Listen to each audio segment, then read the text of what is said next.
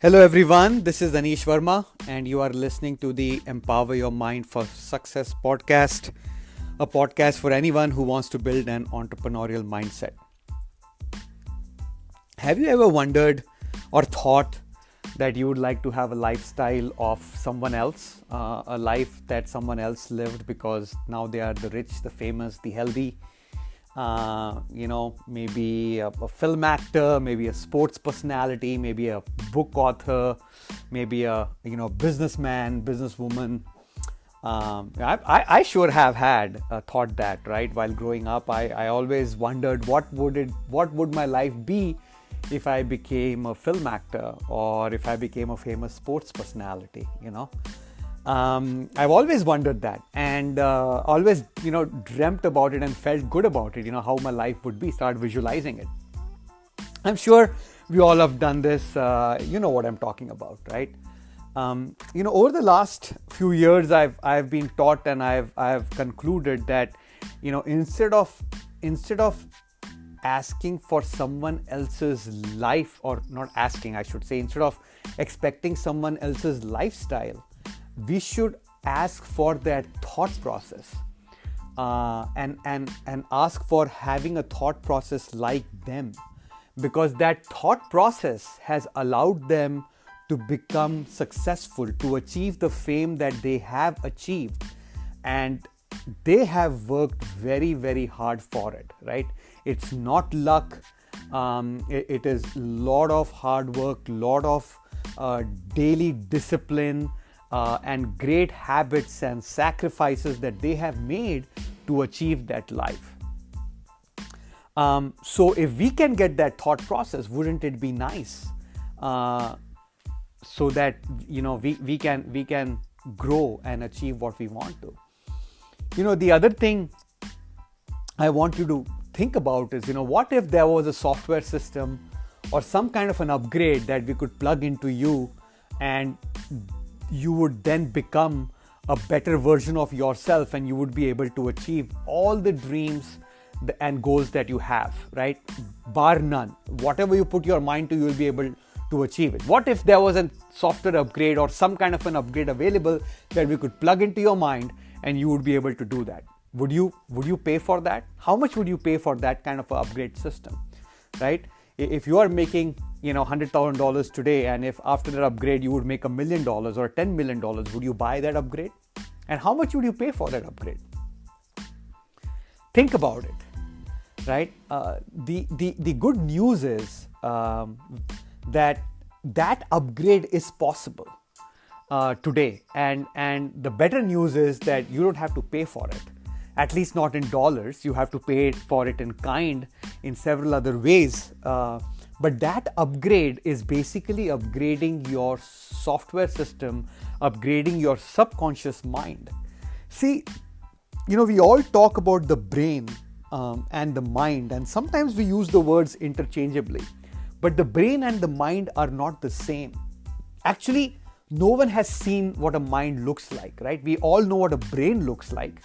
You can, you can see it on pictures, in medical journals, but we have never seen a brain. In the mid 1930s, Dr. Thurman Fleet was the first person who tried to represent a mind, and he claims that in 1931, Dr. Thurman Fleet had an illuminating experience where he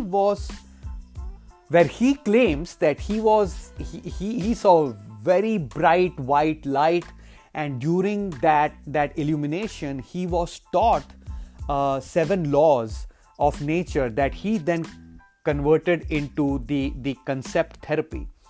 And in the concept therapy, he basically helped people to become happy, healthy, wealthy by fine-tuning or upgrading the way they thought, basically their subconscious mind and the conscious mind.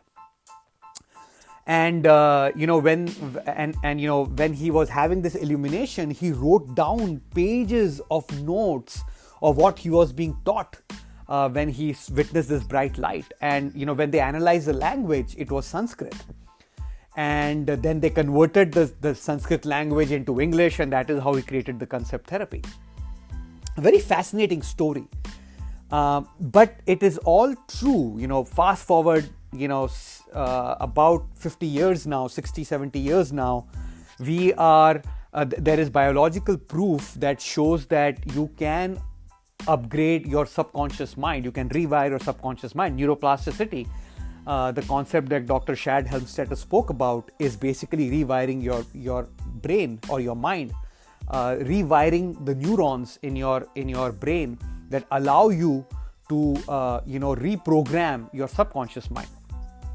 Now, in my previous podcast, I have spoken about the conscious mind and the subconscious mind, but just so that I can remind all the listeners, right? Our mind is divided up into two pieces, the conscious and the subconscious. The conscious mind is more connected to the neocortex, right? It is the analytical mind. It is the thoughtful mind. It generates all the thoughts. It can generate unlimited number of thoughts, but it has limited capacity to work on those thoughts. The subconscious mind is your emotional mind, your feeling mind, right? Subconscious mind cannot differentiate between good, bad, ugly, right, wrong, black, white. It has unlimited capacity, and it just does what it is asked or commanded to do. The subconscious mind basically goes out into the universe with the energy signature that you have generated through your subconscious mind to achieve and convert your thoughts into its physical manifestation. So the subconscious mind, is more of your emotional mind. And, there are a lot of experiments that have been published that the way we make decisions is basically using the subconscious mind. We make an emotional decision about something, about whether you like someone, whether you want to buy a product, whether you want to endorse someone's review, whether you want to go after that vacation. You make an emotional decision first, and then your conscious mind gives you all the raw material, the right thoughts, the right analysis, the right logic to make that decision the right one for you, right? So you make the decision first in the subconscious mind, an emotional one, and then you use your conscious mind to convince yourself as why the decision that you made is the right one. So if that is the case, and there is a lot of biological proof at the cellular level, it is scientifically proven. So if this is the case, right? If we make decisions in our emotional mind, in the subconscious mind, the question is, how do you make these decisions? Okay. To make a decision, you need to have some kind of a baseline. You compare the information against that baseline to decide whether it is good or bad or right or wrong for you. Your subconscious mind is yours, right? So that baseline, the basic programming that was generated, the software that is in your subconscious mind, is how you decide on the decision, the emotional decision. Now the question is, how was the subconscious mind created, right? The subconscious mind, basically the emotional mind, is all about beliefs, perceptions, opinions, habits. And if you think about it, how were all these things put into your subconscious mind? See, when we are children, when we are born and when we are growing up to the age between 8 to 12, is when we start developing a conscious mind. So in children, there is no conscious mind.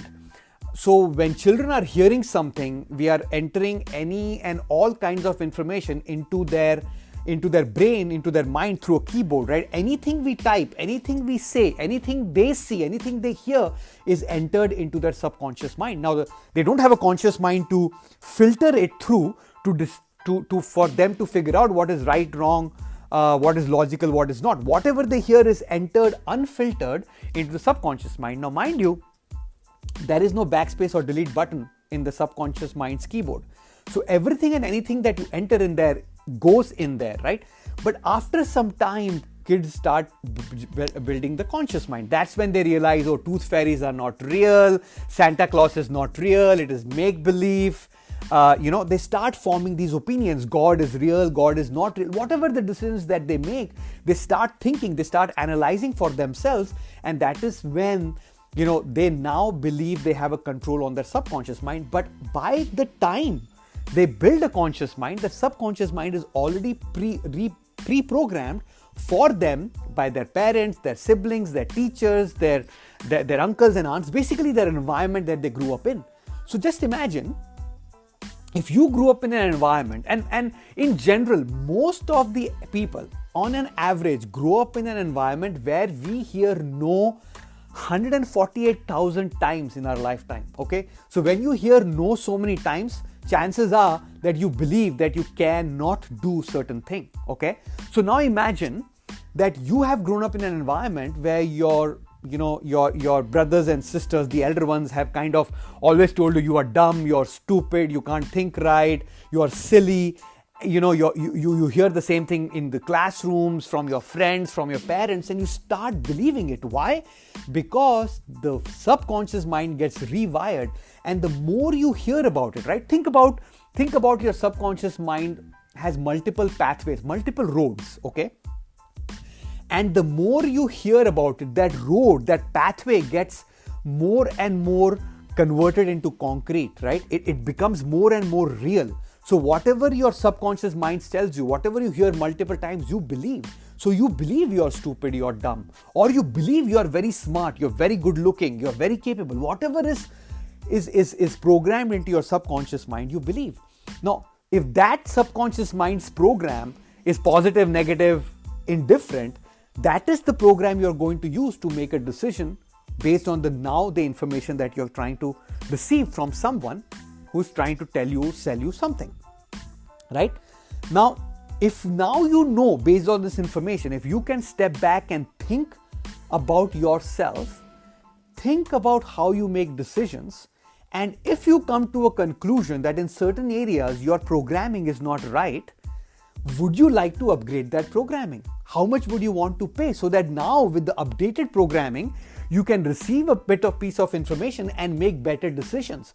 Now, if your programming is rewired to you are the smartest person on this earth and you can make $10 million in a year, if that is your new programming, and now you receive a piece of information and advice from someone about a business idea, wouldn't you go for that business idea? Because now your program that you have used to make a decision is an updated one. Think about it. This is a subject which is not very easily understood, but something that if you are really and seriously interested to change your situation for the better, you have to think about this. You have to understand why you make certain decisions the way you do. Why you get upset on certain things that the way you do. Why do you get happy? Why do you get emotional? Why do you use the same toothpaste your parents used? Why do you eat the same food or the similar type of food that your mom and dad cooked for you when you were growing up? Because that is what your programming is. If you are a non-vegetarian, or let's say if you're a vegetarian, you grew up in a vegetarian family, what are the chances that you will start eating non-vegetarian food later? And if you do decide to eat non-vegetarian food, what programs in your subconscious mind did you overwrite to tell your conscious mind that the decision of you to become a non-vegetarian is okay now? Think about it. This is a very interesting subject and a very profound subject, but if you can understand this, if you are willing to objectively re-evaluate your subconscious mind's program, then you will be ready to receive new programming. And the way you receive new programming is through repetition.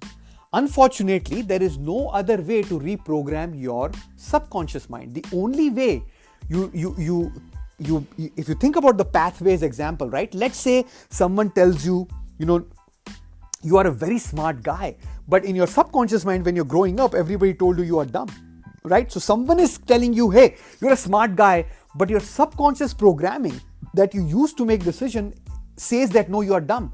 So now you have a conflicting piece of information, and in most cases, in 99% plus cases, your subconscious mind wins. So your subconscious mind is not in congruence with the positive piece of information that your conscious mind is trying to give you, and the subconscious mind overrides what the conscious mind was telling you, that no, you're a smart guy, because that is someone your boss just told you that, or your friend just told you that, right? Now, if you hear it once or twice, it is not going to update your program, right? Because your subconscious programming was built over years and years of you listening, understanding, reading something, and moving forward, right?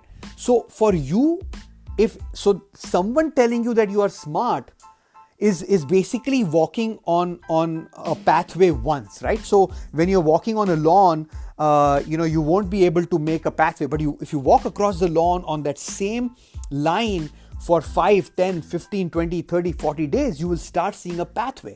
It will not be a concrete pathway, but you can distinguish that now there is a pathway. Now let's imagine that you keep on hearing that, no, you are smart, no, you are smart, no, you are smart, you're an intelligent guy, intelligent woman, you can do this, you are capable of it, I've never seen anyone else who is as smart as you are. If you keep on listening to that same pathway now will get ingrained and will become stronger and darker and deeper and will start getting converted into concrete. That is how you update your subconscious programming. Now, you cannot just tell yourself that you are smart and it'll work, right? That is the first step. The second step is you receive that information and you build a habit to act on it. You build a habit and act on it. You build a stack of habits to ensure that you keep on acting on it, right? And only with action, the pathway will get converted to concrete and your subconscious mind will get reprogrammed. That is how, the athletes become good at the sport that they play. They keep on practicing. They listen from their coach. You're doing great. You practice. You are great. You practice. You did great. You practice. And that is how the sports stars become as popular as they are, and they play so well. No, not every sports star or a sports person is as good as a top performer. But the top performers have found a way to reprogram their subconscious mind and build habits in such a way that they have become the best at what they do. Now, don't compare this to Michael Phelps, okay? Michael Phelps or Roger Federer, Michael Jordan, right? Some of the people have gifted bodies and abilities, right? Let's not talk about, the outliers, right? I'm trying to apply the 80-20 rule, right? So don't get bogged down with the stark contrasts. Don't worry about that, right? Apply the 80-20 rule to this, right? We are all in general in the average, along the bell curve, right in the middle, right? Somewhere around the middle, in the 70-75% range. So now apply this knowledge to yourself and see what programs you need to upgrade your subconscious mind, upgrade your software program so that now you can make better decisions and move forward. This is one of the secrets that all successful entrepreneurs use. They do not let anybody come and piss on their dreams. They do not let anybody come and distract them. Would you let anybody come and throw their garbage in your house, like literally trash? Would you? Of course not. Your immediate answer is no. Then why would you let someone come and throw their negative trash in your mind and you are easily accepting it? Reject it. Disassociate yourself from negative people. Surround yourself with positive people, right? Surround yourself with people where the environment is going to help you get better and better to help you achieve your dreams. That is what you have to do. That is how you reprogram your subconscious mind. That is how you upgrade your software. If we can do this, if we can help each other to achieve this, to do this, we can move forward, and we will move forward, right? We will be able to achieve our financial freedom together. Remember, you have unlimited potential. You have to own it. Thank you for listening. Until next time, take care.